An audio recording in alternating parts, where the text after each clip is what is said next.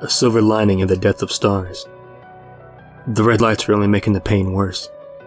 It is an immense, earth-shattering pain in my midsection and in my head. I try to move, but I can't. I try to speak, but I can't do that either. It hurts too much, and my voice obeys me no more than do my joints or my muscles or my bones or my mind. And yet there is movement. I can feel myself being lifted up and placed on something. A bed, maybe, or no, a gurney. "Alright," one of the EMTs says, and several others of them roll into the back of an ambulance and climb in behind me.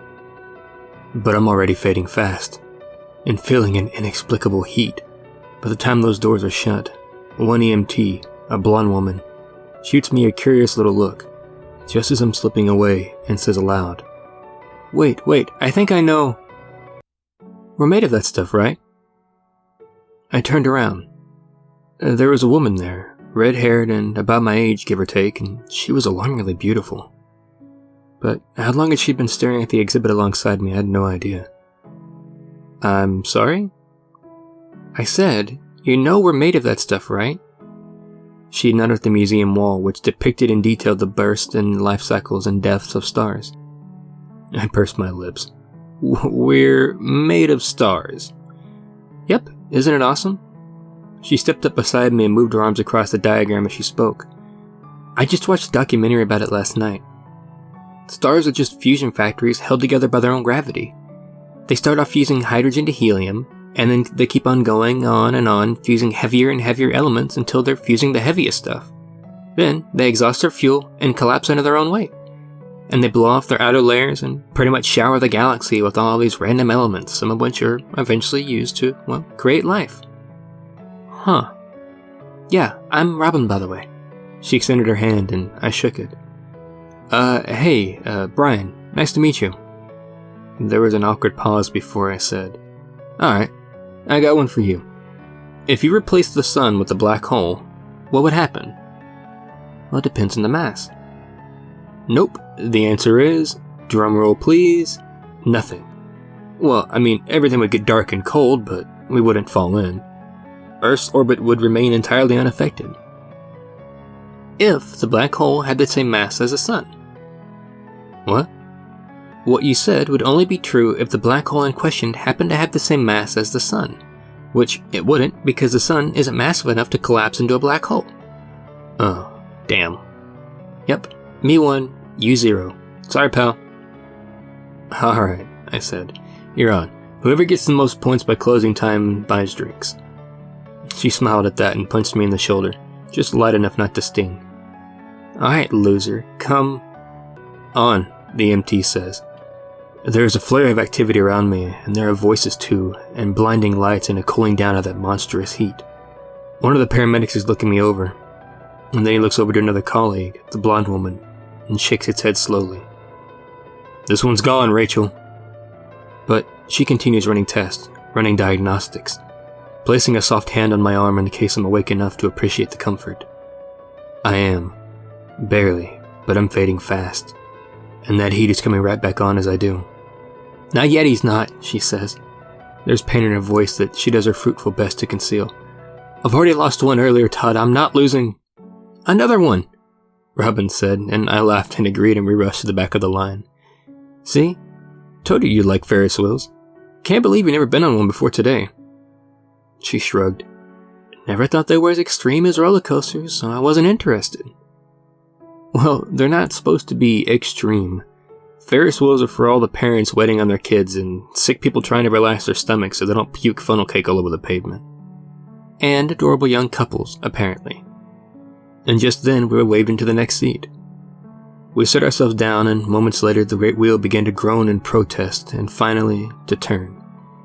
It dragged our cart around its underside and then lifted it up to the top of its crest, where we could see the whole city in twilight, and the ships in the harbor that were backlit red with the setting sun, and the clouds that were lined at their tops with just a little bit of starlight.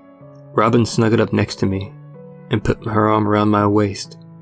For a moment then, I could have sworn the empty seat in front of us moved on its own, and furrowed my brow. But then Robin spoke.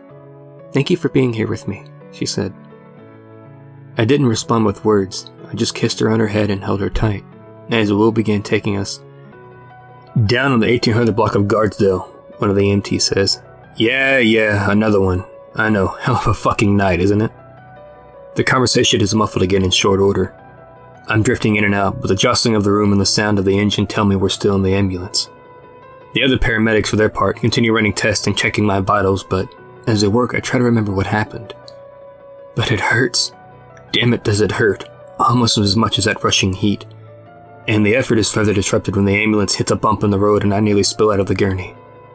The Rachel puts her steady hand on my chest and says, "Hang in there, Brian. We're almost..." "There!" Robin pointed at the interstate ramp, and I took the turn and put St. Thomas's Vineyard in the rear view. "I still can't believe Mason got married," I said. "He's only known that girl for what, a year? Less?" Robin shrugged. "They were in love. They hardly knew each other. They don't know if whatever they're feeling is genuine, lifelong love, or just new relationship googly eyes that hasn't worn off yet. I guarantee it, and I'll put money on this. They'll be done within a year. Just watch." "You don't know that," she said. There was a brief pause, and then she added, "We've been dating for 2 years. So, how far off do you think we are?" I shrugged. I don't know. I haven't really thought about it." "You haven't thought about it? At all?" "I mean, of course I've thought about it. I don't know if we're ready, you know?" I looked over at her, but she just stared out there at the rain with her chin in her palm. So I continued. "Think about it like this. People prepare their whole lives for jobs, right? They start going to school as soon as they can talk, and they're not done until they're in their 20s, and it's also they can get a piece of paper that says, 'Hey, hire my ass, I'm smart enough to work.' But marriage? Nobody trains for that shit. People just hook up and say, 'Hey, we're 25 or 28, you're cute, I'm cute. Let's spend $15,000 in a giant ceremony and then live as glorified roommates for 5 years until we're both fat and hate each other and then get divorced because neither one of us knew or cared how much work these things would require.'" There was a long pause then, before she said, with a degree of seriousness I wasn't in the least bit prepared for, "Is that where you think we're headed? Glorified roommates?"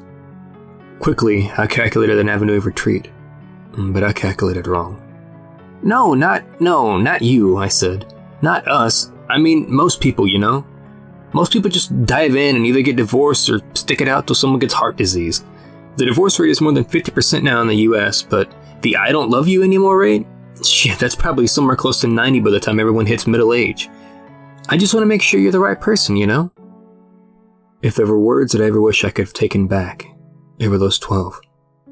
She said nothing, but I saw her reflection in the window, and the little tear that welled up in the corner of her eye said more than her words ever could. "Listen, that came out wrong. I just meant, can you drop me off in my car, please? I thought you wanted to come over. I don't feel good. Please?" And we drove in silence for a while as the rain picked up its pace and fell in sheets and in torrents. In another 20 minutes, I made a turn onto my street and parked, and once I did, she got out with so much as a glance and walked across the road to her own car. I ran to follow. "Robin, wait!" I grabbed her lightly by the arm. It was slick with rainwater. "Talk to me, please. What do you want?" I blinked. "I want you to talk to me. No, I mean with us. Where do you want this to go?" "Where do I want this to go? I want to be with you. Listen, I didn't mean to imply that I don't want that. I just, I want us to be smart about it." "Well, maybe love isn't something you can calculate on a fucking spreadsheet, Brian." She was shouting over the cacophony of the storm. "Maybe it's just these things you feel, and maybe it doesn't make any damn logical sense. Maybe it's not supposed to. But that's part of what makes it special. It's an adventure, a jump off a cliff with me type of thing. And yeah, sure, not everybody survives the fall, I guess, but if you find the right person, then..." "A jump off a cliff with me type of adventure? Come on, Robin, we're not writing a dating website profile here. This is real life. There are kids involved in finances and house buying and mortgages and all that shit. Not every day is some cute little romance comedy that is halfway of your life we're talking about. 2/3 even, okay? All I mean is that if we're prepared for it, I thought we were prepared." "What do you mean?" She dug through her purse for a moment, and she held out a ring that was brilliant, even covered in rain. I felt my heart skip at least a full beat. Is that It was my mom's, she said. She gave it to me before she died. She said, find your partner in crime, Robin. Find someone who will sweep you off your feet and jump off a cliff with you. And there was a pause before she added, and at the time she said it, I thought exactly I knew who that person was. I tried for a moment, but I knew that beyond a shadow of a doubt, there was no combination of words in the English language that could be strung together to write this ship. Goodbye, Brian. She kissed me on the cheek and rubbed the back of her hand down on it. And then she turned and got into her Civic and drove off until I couldn't see her taillights at all through the pouring of the... Rain's coming down hard, boys, another one of the EMT says. Careful when you unload them. There were grunts of acknowledgement, and then the back of an ambulance flew open until the sound of the storm utterly exploded into it. I felt the rush of wind and the rain pelting my skin in sheets, and together they helped a bit in the oncoming heat that I could still not place. And then I felt movement. The gurney dipped and hit pavement while the paramedics held me down. And then there were shouts and lights and running feet, and then the hospital door. Open? I shouted. The man behind the counter shot me a look, but I shouted again over the sound of the rain falling through the glass. I said, are you open? And then he pointed at the sign saying the opposite, and then went back to reading. But I wasn't taking no for an answer. I dug up my wallet and pulled a 20 from the fold and slapped it flat up against the glass. Within seconds, the paper was soaked with rainwater, but it got his attention, and he rolled his eyes, and the door clicked inward and slid open. Make it quick, man. I know, I will. Thank you so much.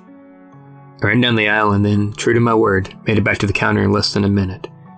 The man put down his book and processed the sale. Date night? He said as he bagged the card out and the flowers. I smiled a bit. Something like that. And then I thanked them and ran out to the car and got inside.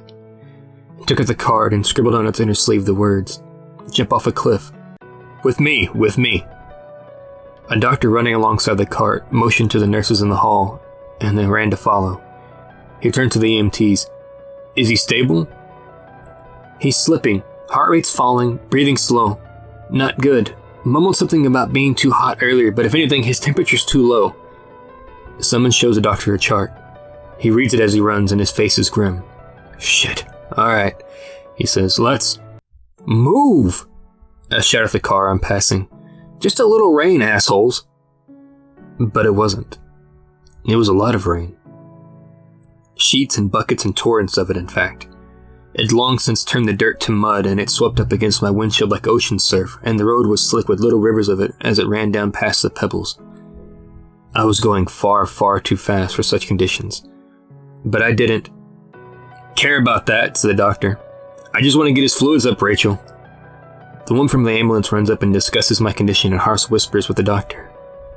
As I fade, and as that damn heat floods on back in, it becomes impossible to hear what they're saying. But it's abundantly clear that with their body language that she hasn't given up. Hope for a reunion with these guys? Well, Bolin and Snake say they're against it entirely, so that doesn't bode well. But on the other hand, Sebastian said on multiple occasions that he's willing to do it for the fans. And look what happened with the Guns N' Roses. From years ago, nobody would have given a thought that they've gotten back together.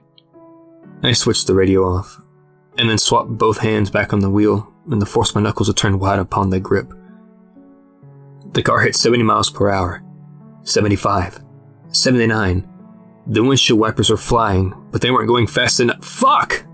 I slammed my foot on the brakes as the lights of activity in the road came in and out of nowhere from the rain. The car jolted and sudden and fought for traction with pavement, and I felt the tires squeal and the metal on the ground and the car grinding. Protest! I don't care if he wants to protest, the doctor snaps back. You tell him to wait in the damn lobby like everyone else. The nurse accepts her orders and heads back out in the hallway. I'm sorry, sir, she says. You can't see him until... Until what? That's my son in there. That's my son. That's... And then there was a scuffle of feet, and more shouts as the security guard drags my father from the wing. Rachel pauses as she hears the shouts, and then her eyes well up a bit with tears. She looks at my face and appears to realize something, but she doesn't say what. The shouts continue, but they fade. And so do I. And in comes the heat as I do. That's my son, my dad says. That's my boy. Let me see my boy. Stop, please. Stop! The police officer held both hands up as my car barreled towards him. Stop! Stop the car! Finally, there was a jolt and a shudder as the tires gained control at last and the car slammed to a halt. Both the officer and I sighed in relief. Then he approached my window and tapped within the glass with his knuckles. I lowered it. I shouted over the rain. I'm sorry, sir. Roads are just crazy out here, you know? He ignored the question. I'm gonna need you to sit here for a bit, okay? He said. Just until the accidents are cleared up. Accident? It's bad. He nodded in the direction of the wreckage. And then he said again, just sit tight. We'll wave you over when there's an open lane. And then he ran off into the storm. I scanned the scene. There was a man on the side of the road I saw, sitting on the pavement with a poncho for the rainfall, and his head in his hands. His SUV was totaled. The front end was bent and twisted and horrendously mangled. But the other car was in far worse shape than that. I squinted hard and could only make out the panels of white amidst the charred black chunks of metal and the force of rain, but it was enough. It was a Civic. Oh God. Oh God, no. No. I got out of the car and left the door hanging open in the rain. And then I ran forward, at least until the officer caught sight of me and ran back over and grabbed me by the shoulders. Hey, he shouted. I told you to wait in the car. What are you? Robin! I shouted over him. Robin! And then I saw it. A fleeting glimpse of movement. A white sheet flipped up on a gurney. A strand of red hair fell from the side and hung there as the EMTs carried away the body. Robin! I screamed. That's my girl, that's my girl. The officer was confused and stunned and did the only thing he could think to do. Drag me back to my car. No, stop! I was inconsolable, but no shape at all to resist. Stop, please! That's my girl! Let me see my girl! Please, stop! One of the EMTs, covered in blood from the waist up, turned to look at the spectacle. And then someone shouted her name. Rachel, the doctor says. Are you with us or what? Let's go. She blinked as she stared at me and then says, yeah, sorry, I just realized this guy was... Just get the charcoal, please. We don't have time. And she does. She runs off to fetch exactly that, and I feel a horrendously invasive sensation. A tube is being placed in my nose, and then I feel it falling down into my throat. I'm too weak to gag, but I somehow manage to clench my fist. A nurse sees the movement, and then holds me down and steadies me.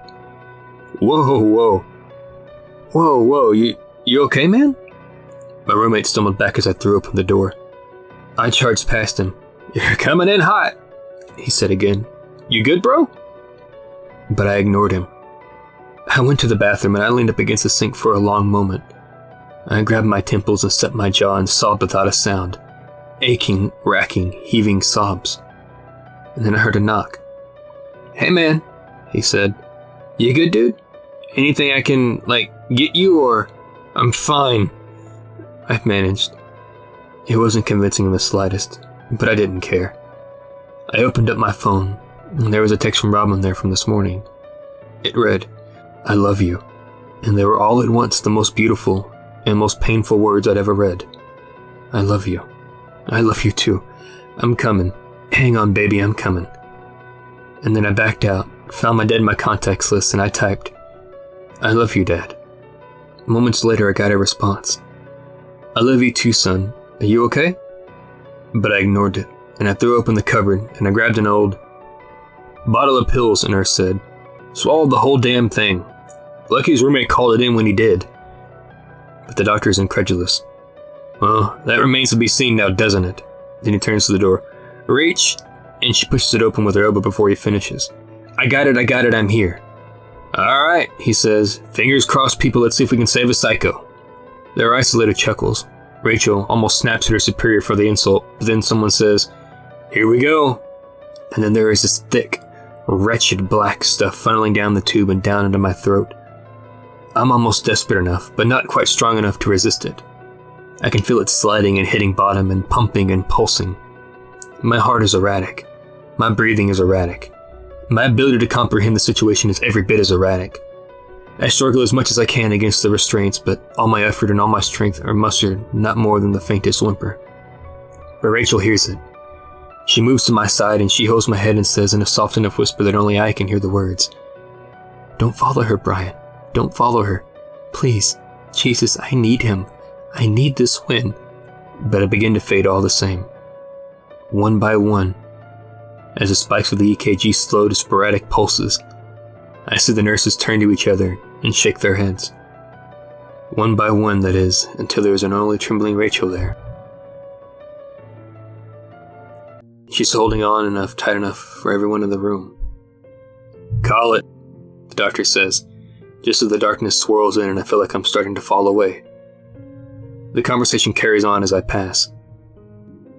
2:32 a.m., one nurse says. But I can hear Rachel screaming in protest. "No, he's not gone. There's still time. There's still time to save them. There's still..." But she's wrong. I'm already gone. Her voice, her face, these things are behind me as I pass. They're fading away into the darkness that's consuming me, and swallowing me whole and throwing me into the wind. And just when the magnitude of the situation dawns on me, then comes the heat. There are monstrous amounts of it. It rips and tears and scorches and scalds, and if I had the ability to scream out or even to breathe, I would have done so until my throat was hoarse. But then there's a new pain. A different pain. A hand reaches out of the blackness and it grabs my left side forearm with such mighty force the resulting pain eclipses that of the heat, and the nails of that hand rip right through the flesh. And then I'm being pulled, and there is a rushing wind. It is cool and refreshing and beautiful, and suddenly I'm somewhere else entirely. I blinked. The darkness was gone and the heat with it, and that sensation of being devoured. Instead, those things had been replaced with the starlight clouds as far as a direction that I could see, but my arm stung like all hell just the same. I looked at it. There were nail marks, I saw. 4 deep cuts beneath the inner wrist and a 5th on the side in the shape of a hand. They bled a bit, and then I heard an all too familiar voice. "You okay?" I stood up, slowly, and I turned, holding my damned stinging arm while I did it, and said, "Robin? Robin, what was that? That darkness and that heat and the..." "It's where you would have spent eternity, Brian, had I not pulled you out." I had no words other than the weakest thanks. "You know," she said, holding her own arm, "suicide's not exactly what I meant by jumping off a cliff." I blinked again and took a long, deep breath. "Yeah, I guess I didn't think things through. I'm not sure you fully realize how much of an understatement that is." "Well, maybe I don't, but you know what? I'd do it again, Robin. I'm serious." She nearly rolled her eyes, but I doubled down on the sentiment. "What I said, out there on the street? I'm sorry. I mean it. I'm sorry. You were right.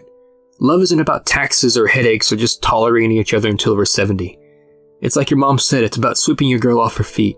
It's about jumping off cliffs with someone and not knowing where you'll land and not caring as long as you get there together. And if this is where we land, wherever this is, I'm okay with that." And I leaned in for a kiss, but she stopped me with her hand before I'd landed, and I opened my eyes. "I can tell you've been working on that speech for a while," she said, over and over again in my head in the car until I got to the scene of the wreck. I looked at the ground and then back up at her. And I realized right then that if you fucking left Earth itself, I would too. So here I was wrong too. She cut me off. What do you mean?" "About love. I was wrong. My mother was wrong. It's just not about the crap you see in rom-coms and greeting cards, Brian." Again, I blinked. "I know that. I know it's something you feel in your heart that defies logic and reason. Not something you can put in a spreadsheet, like you said earlier." She sighed a bit and then said, "Can I show you something?" I guess so, sure." And then she took my hand, and infinity rolled in and faded back out, and all of a sudden we were somewhere else entirely. "Are we on the Ferris wheel?" "Yep, turn around." I did, and there we were, past Robin and past me on the seat above and behind us. I remember it like it was yesterday. We were staring out at the whole city at twilight, and the ships in the harbor that were backlit with the setting sun and the clouds that were lined with their tops just a little bit of starlight. I rustled in my seat a bit and it moved, and the past me saw it and looked like he was about to speak. Before he did, Pastor Robin said, "Thank you for being here with me," and got a kiss on the head. "What do you see?" Robin said. "Us, a year ago and some change. I remember that day like it was yesterday. Your mom had just died, so I took you here to get your mind off things. You did. That was the first time in months I'd felt truly safe and truly at peace. That was love. I know it was, and I still love you just the same." "It's a kind of love," she said, cutting me off again. "And it's absolutely beautiful when it lasts. But can I show you something else?" Okay, yeah." She took my hand again, and again, infinity itself rolled in and out like the tide. And then we were somewhere else. The hospital. It looked like St. Joseph's. "What do you see here?" I looked around. Nurses running up and down the hallway, doctors reviewing notes and talking to their patients. I don't know, a hospital? She nodded in the direction of a particular room. "Look in there." So I did. There was a woman on the cot. She was emaciated and hairless and deathly frail, and the doctor inside was shutting off the last of the machines. "A dying woman," I said. "It looks like cancer." "Yep. And what about there?" I looked down. There was a nurse crouched down in front of the same door talking to a little girl, 8 or 9 years old if I had to guess, in silly voices. The girl had been crying, but the nurse managed to make her smile a bit, even as her mother died on the other side of the door. It looks like a nurse comforting a little girl. "That's right," Robin said. "And that little girl will remember that nurse for the rest of her life, even if they never meet again or so much as exchange names, as the lady who came to her in the darkest hour and made her smile." She turned to me. "And that's love too. Just as beautiful and just as precious as what we had." "Well, what's your point?" She didn't answer. She just stuck out her hand with a sad smile, and I took it. Infinity faded in and back out a third time, and then we were in the waiting room. "You see that?" Robin pointed to the corner of the room, and I squinted. "Oh, hey, what's Dylan doing here?" "He called the ambulance when he didn't come out of the bathroom," she said. "He knew something was wrong, and when they drove you off, he followed them here. He's been standing there ever since, asking for information on you from every time a nurse walks by. He's starting to annoy them." I watched my roommate for a bit, and sure enough, he grabbed the nurse and asked her a question that I couldn't hear. She said something pleasantly dismissive, and he nodded, and then leaned his head back up against the wall and closed his eyes. Wow. I had no idea he cared that much. "Well, that's love too, Brian. Would you do the same for him?" But she held out her hand again before I could answer, and I took it for a 4th time. Infinity blinked. And then I was in the emergency room, looking down on myself. I was covered in vomit from the charcoal and the pills, but I was still too. Deathly still. Most of the nurses and doctors are still on their way walking out. But Rachel wasn't. She was crying openly now, but making no effort to hide it. She reached for something. A needle, it looked like, or a syringe of some type. "What's she doing?" "You'll see soon enough," Robin said. "But that there? That's also love." She held out her hand once again. "One more." And I took it. And then we were in the parking lot of the same place. The rain was coming down harder than ever. "Turn around," Robin said. And I did. And then I stopped. There were no words. It was my father in his car. He was holding a Bible up to his chest with both hands, and he was crying in a way no child should ever have to see their father cry. "And that there," Robin said, "that's the kind of love that can move mountains." I put my hand up against the window, but he didn't seem to notice. "He can't see you, Brian. Not from there." I wiped my eyes with the back of my hand.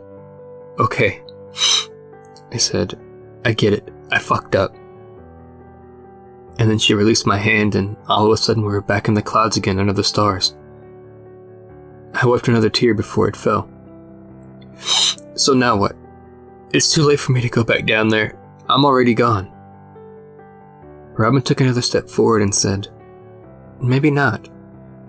She put her hand on my temple and my eyes rolled back. And then I saw it. Rachel and I are on a beach. Our child is playing out in the surf and the sun hits her hair just right and for a moment it's made of gold. And then the image fades and another one takes its place. A birthday party. I have silver hair at my temples, and Rachel does too, but it doesn't matter. Our little girl is turning 10. And then that image fades too, and is replaced by another, and another, and another. Each one yielding another moment when someone loved someone else enough for it to break through the clouds and be seen forever. Even if that moment itself only lasted for a heartbeat. Finally, there is an image of Rachel and myself on a porch as old as we are.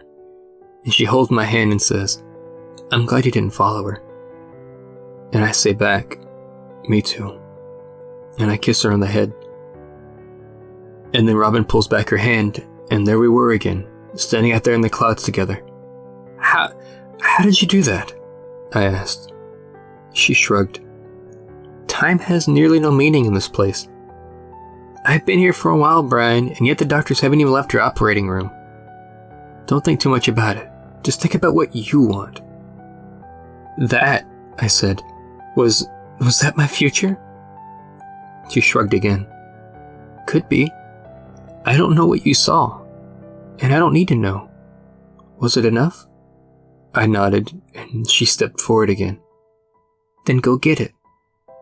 I'll miss you too damn much." "Well, there's nothing wrong with missing someone," she said. "That just means love lasted a little longer than what ignited it. So go ahead and miss me. You owe me that much. Feel the loss. Stand up to the storm like a man and memorize the pain. Learn it inside and out, and let it roll over you in waves and run its course.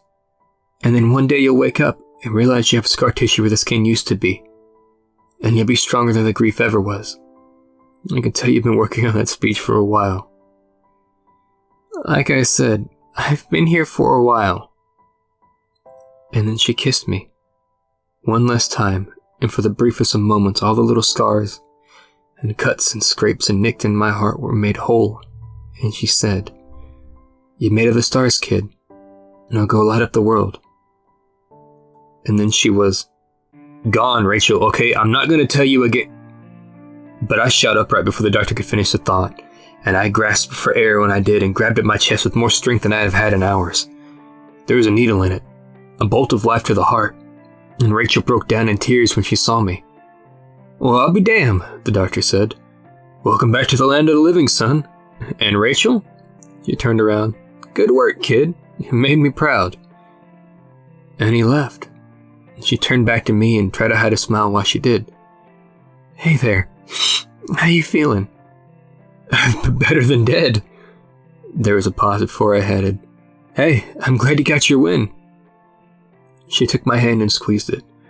For a moment, she paused when she saw a scar below the wrist that looked like the result of fingernails dragging through flesh. But then she dismissed it and said, "I am too. And you'll get yours, okay? I promise you will." I said, "I know." And with that, she got up and left the room to go save someone else's life. Well, I took out my phone and opened the most recent text and hit reply. "I am now."